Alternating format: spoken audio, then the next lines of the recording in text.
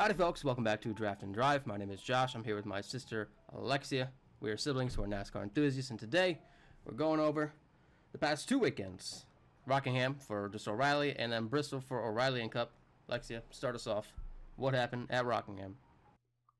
All right, so Corey Day was on pole. Early in the race, Cletus McFarland got loose, but he caught it. He does go a lap down a few laps later. Lap 49, there was a caution for Blake Lothian. He spun his car. Cletus McFarland almost hit him, but he did avoid him, but it was very close. And then Sam Mayer had some ignition issues, and the rest of his day was pretty much turmoil. Stage 1 winner was Corey Day. In stage 2, Dean Thompson makes an unscheduled stop and has a flat tire. Caution, lap 94, Jeremy Clements spun. Stage 2 winner was once again Corey Day. Jesse Love made an unscheduled pit stop with 98 to go. He ended up having a loose wheel. Anthony Alfredo had a tire go down with 85 laps to go, and he spun, which brought out the caution.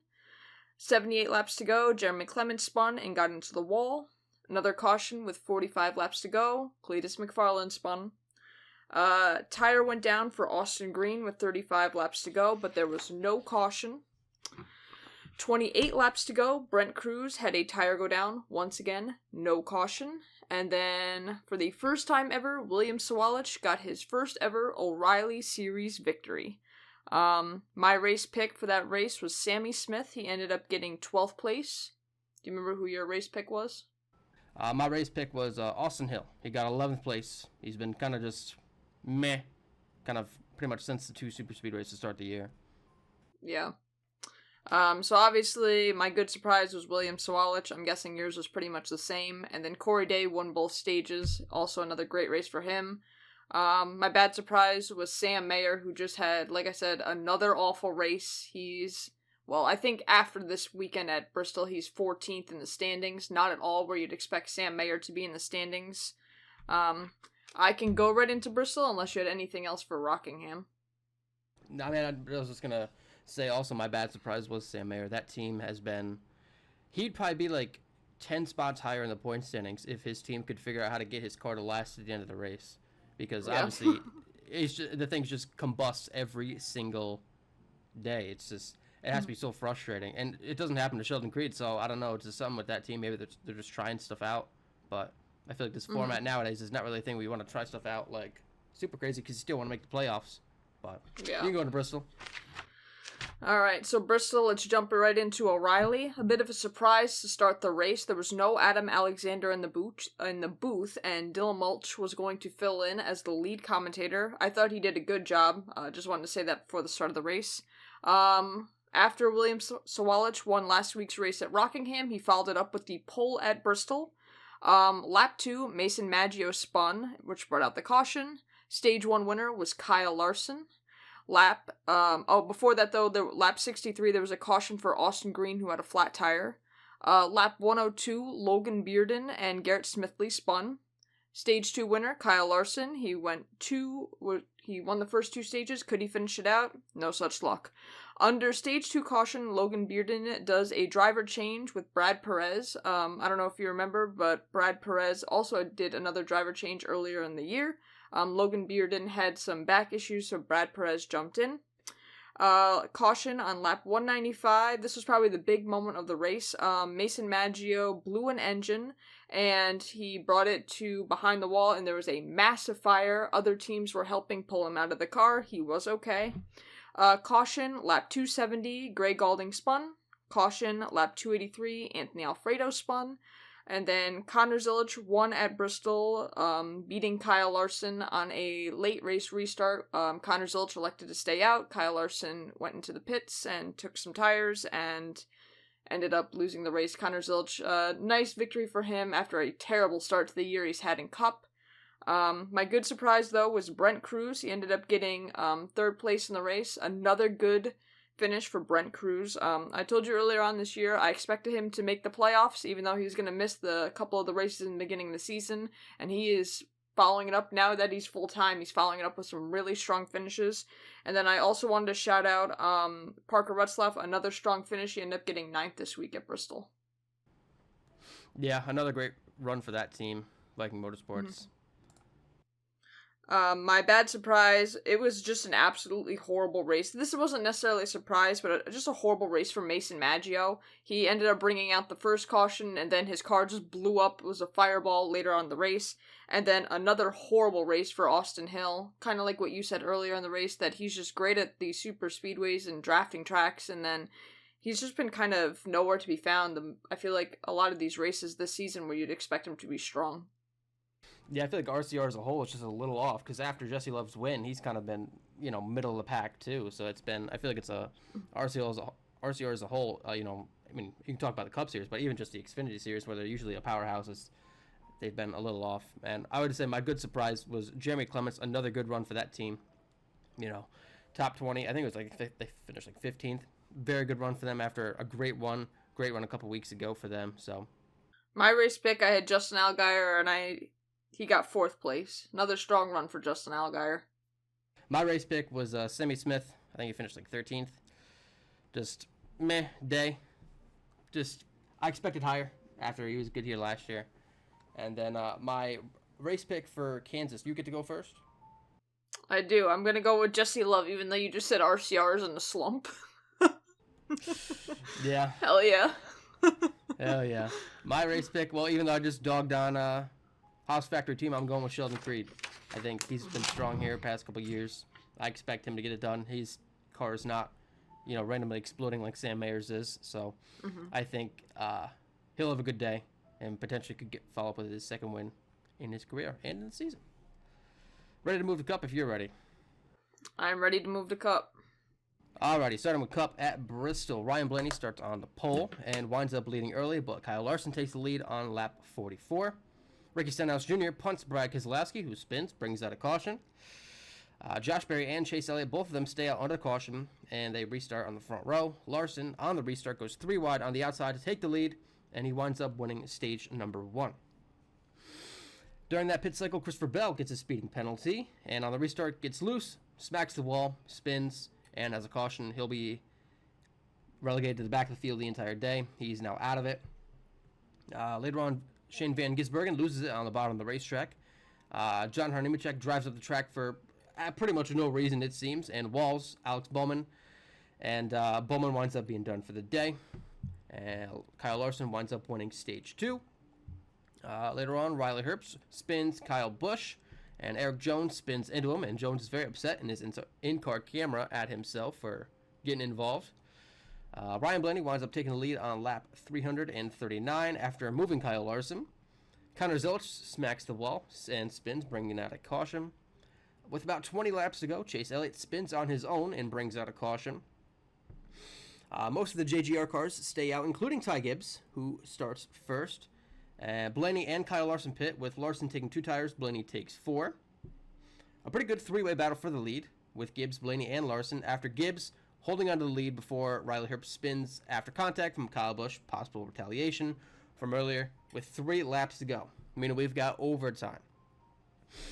2-lap shootout, but Ty Gibbs holds off Ryan Blaney on the bottom for 2 laps to hang on and wins his first Cup Series career win.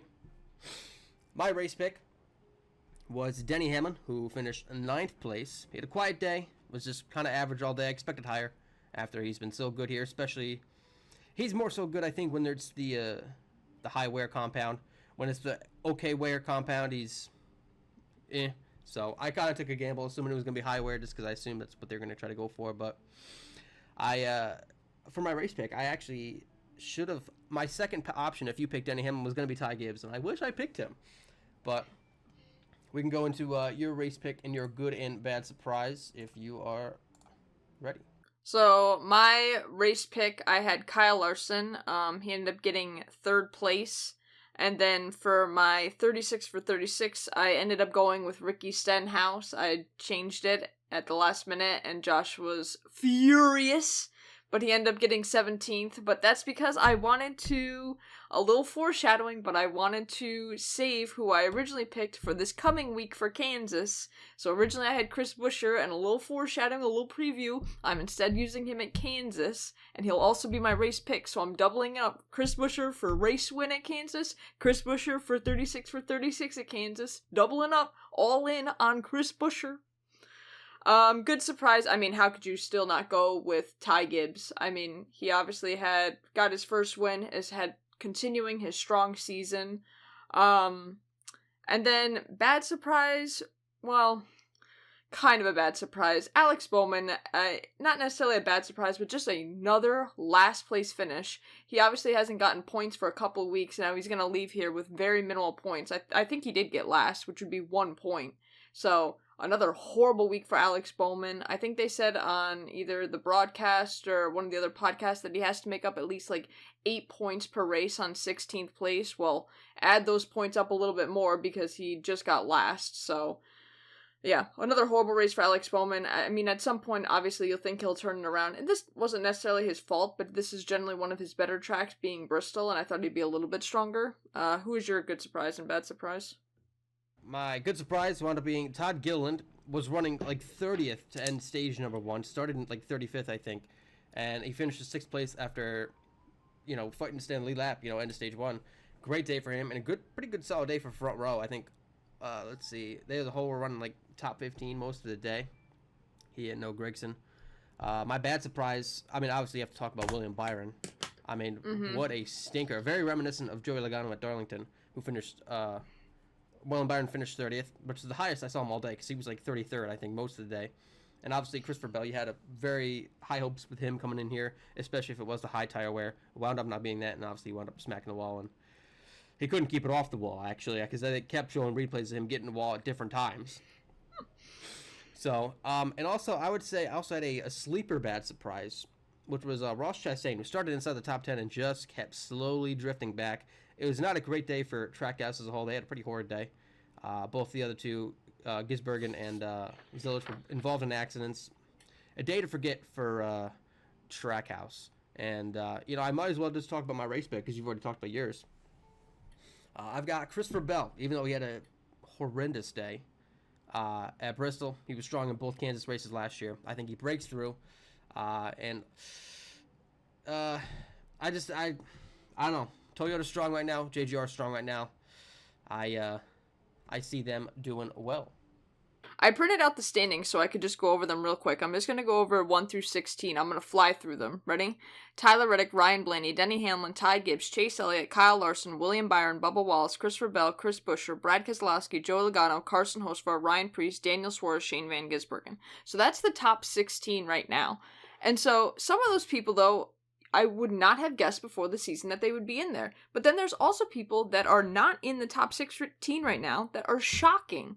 So Chase Briscoe, he's 17th. He's literally 1 point out from Shane Van Gisbergen. But, Chase Briscoe, I easily would have had in my top 10 making predictions before the year started.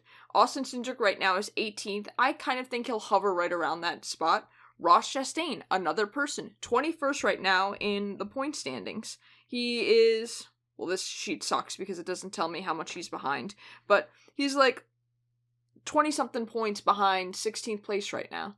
Obviously, that's easy to make up, but another person I thought would be easily in the top 10. I had one other person on here. Obviously Alex Bowman, that was my other person, 36th place. He would be someone that I would have in the point standings.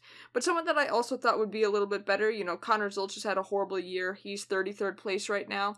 But even Austin Dillon is 27th in points right now. I kind of thought he'd be middle, high 20s and 27th points. RCR has been absolutely horrible this year. Kyle Busch is 24th. You said it even for O'Reilly that they're just something is off. And, I feel like put up the help signs because we need help at RCR because the season is absolutely shit for them so far this year. For a Cup, it's almost at this point, it's almost, I don't even want to say over, but Austin Dillon and Kyle Busch are horrible, garbage. At least for O'Reilly, both Jesse Love and Austin Dillon are going to make the playoffs probably, You've got some time to figure it out before the playoffs start. But for Austin Dillon and Kyle Busch, like unless they figure something out like pretty much like this week, like you have to have a turnaround this week. If not, it's over because they've been horrible this year. Mm-hmm. I have some off-track news. I have a lot, but I will fly through it as fast as I can. Unless you had anything else you wanted to say for Bristol. I mean, the only thing I want to say is I called it, I think last week. I said, Ty Gibbs has been on a hot streak, and, I said, oh, he's going to break through. You called it at the start of the season. So giving props to both of us, you more than me, because obviously you called it before I did, but we're pretty good. Unfortunately, none of us picked him as our race pick, but go for it. What's our off track? Well, something I actually saw early this morning. I saw someone said something about Ricky Stenhouse getting loose, and Ricky Stenhouse commented on the tweet saying I didn't get loose, meaning it sounds like intentionally wrecked Brad Keselowski. Do not admit that, because that got Denny Hamlin in trouble when he said that on his podcast. So be eager to see if anything comes about that. But all right, here we go.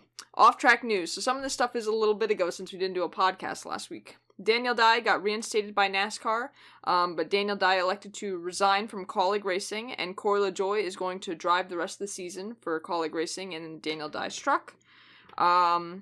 Peter Ensor was indefinitely suspended by NASCAR for a violation of the substance abuse policy. He was an engineer for the 51 team of Cody Ware. Casey Mears to drive the number 62 car for Beer Motorsports for 5 races this year. His first race will be at Talladega on April 26th. That'll be out in a couple weeks after Kansas. CBS Sports is expected to merge with TNT Sports this year. You kind of wonder if that'll change maybe some of the TNT broadcasts for NASCAR later on. We'll see if anything comes about that. Logan Bearden is going to join Young Motorsports for 3 races this year. He's going to be racing, he raced this past weekend at Bristol, so that was one of them. Then he's going to race the other Bristol race in September, and then also Nashville. Cletus McFarland, this was kind of the big ones that everyone was wondering. He is not approved to run the Talladega race again in a couple weeks for the O'Reilly Series. They want him to get some more experience under his belt before he's approved to race drafting tracks in the O'Reilly Series. Legacy Motor Club names Michael Gutilla as their new team president.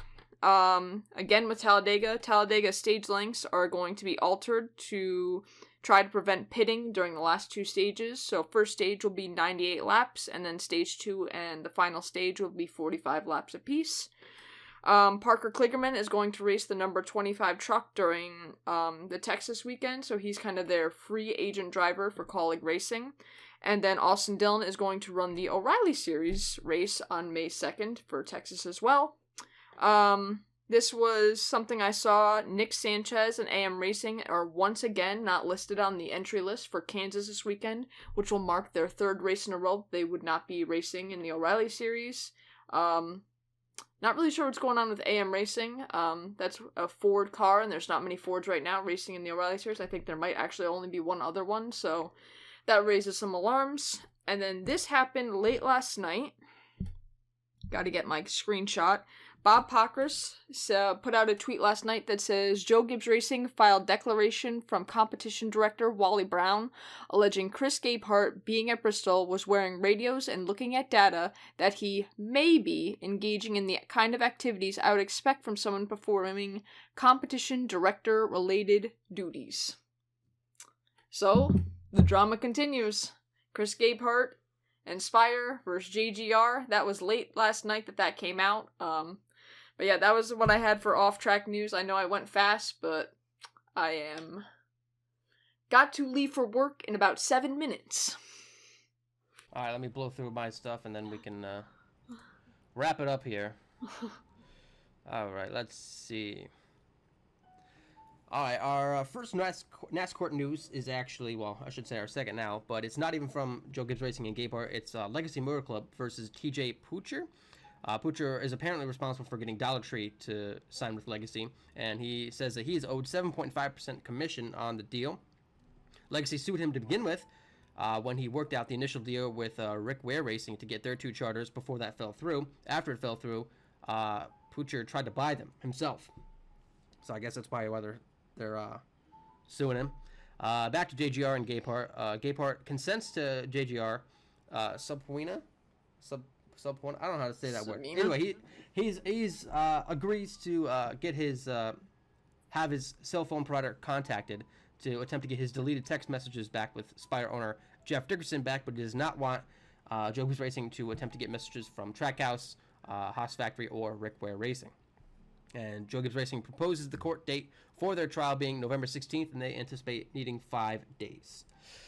Let's see. You talk about Talladega having the short 2 stages. I think that's a good idea. First stage is probably going to be horrific. Second stage is probably going to be eh. And then the third stage should be pretty interesting, so I like that a little bit better than the whole race being kind of a stinker. One final funny tidbit. Lionel Racing, after Ty Gibbs won at Bristol, posted to their X account congratulating Ty Gibbs on his win with a crying cat giving a thumbs up because they can't make cars with the Monster logo on them. And it made me laugh. I was like, it's kind of funny. So they're just going to have a black car? Yeah. I don't know what they're going to do. I don't know what they're going to do, but I just thought that was funny. But that's all my stuff. If you got anything else. Nope. Need to go floor it to work. Alrighty, folks. Thank you so much for watching. Thank you for listening. We'll be back next week to cover Kansas. Subscribe if you're new. And goodbye. See ya.